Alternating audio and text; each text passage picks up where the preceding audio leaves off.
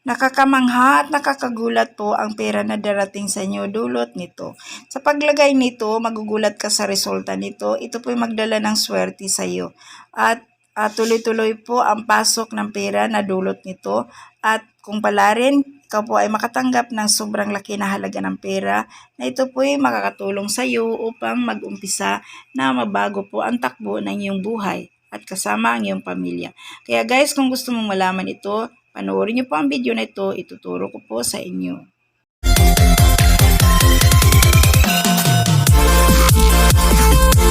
Kumusta guys? Welcome back sa ating YouTube channel. Inday 8 Buhay Probinsya po, nagbabalik. At shoutout po sa lahat na aking mga taga-subaybay, Luzon, Visayas, Mindanao.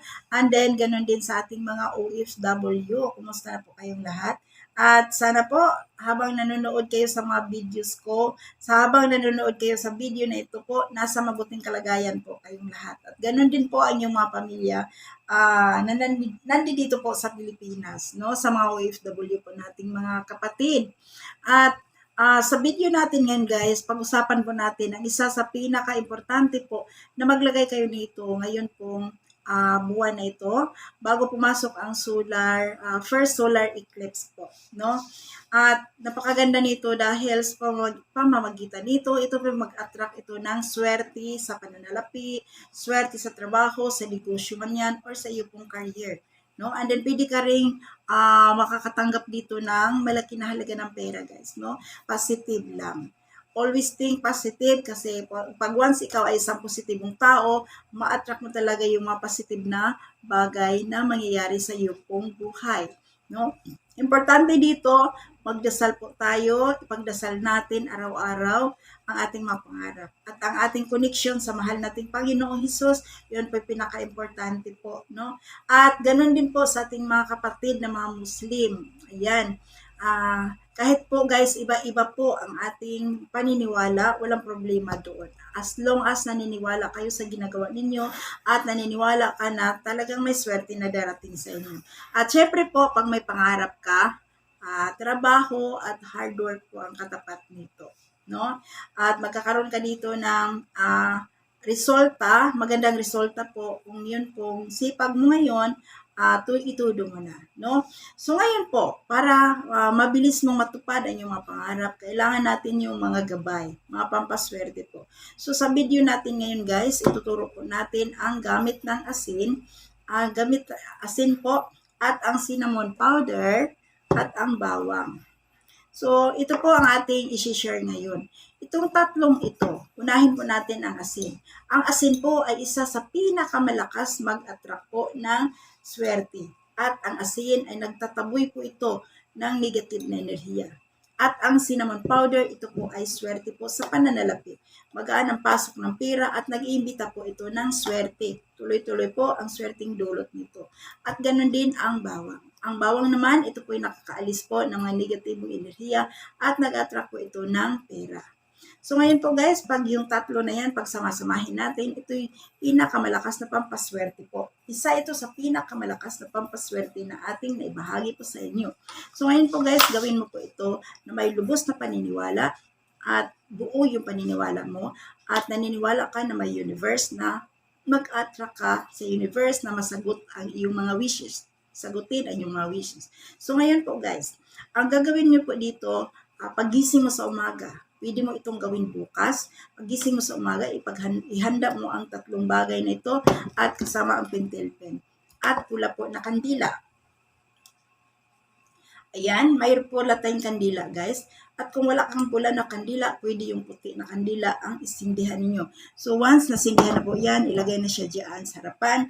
And then ang asin po, dito, kailangan mo yung ilagay dito sa clear glass na ito. And then, malinis po. Ding tuyo po, syempre. And then, ilagay mo na yung asin, kalahati lang dito, guys. And then, next po, lagyan mo siya ng cinnamon powder po. Ayan, cinnamon powder, scattered mo lang siya dyan. Ayan, ayan, may cinnamon powder na tayo, guys. So, again, ang cinnamon powder, isa ito sa malakas mag-attract po ng pera. Ayan. And next one, ito pong yung bawang. Sulatan po ninyo ito ng halaga po ng pera. At pwede malaki guys, no? Walang problema doon. Mag-wish ka lang naman, lakihan mo na. So ako, ito po yung gusto ko. Malaking malaki po, alam ko po yan. So, ang nilagay ko po is napakalaking halaga po, no? Ayan. And then dito po sa likuran nito guys, isulat mo dito number 8, tatlong number 8. Ayan. 888.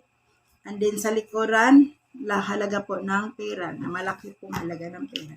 So ngayon, ang next na gagawin ninyo po guys, ito po, ibaon mo po ito dito sa pinakagitna. Ganyan, nakabaon na siya. So, ayan, ready to use na po siya. So, paano ito gamitin? So, gamitin ninyo ito guys na mag-wish ka dito. So, una po sa lahat, inhale, exhale ka muna. Hinga ng malalim. Release. Release. So, once na kapag inhale, exhale na po kayo, ang next na gagawin niyo po, hawakan dito sa kanan ng kamay, and then hawakan ng mahigpit, ilapit sa iyong bibig, i-close mo yung mata mo, and then ganito po ang iyong pagbanggitin. I attract money. Money come to me quickly, abundantly, and hindi papahirapan. I attract money abundantly na hindi papahirapan. I believe the universe. I claim it, I claim it, I claim it. Magkaroon ako ng tuloy-tuloy na pasok ng pera. Abundance, prosperity, sa akin ay ipagkaloob. I claim it, I claim it, I claim it. I believe the universe. Ayan. Pagkatapos nito guys, ilagay niyo po ito doon po sa may likuran po ng iyong pintuan. Itago siya guys, no? Pwede kang maglagay dyan ng halaman and then nakatago ito.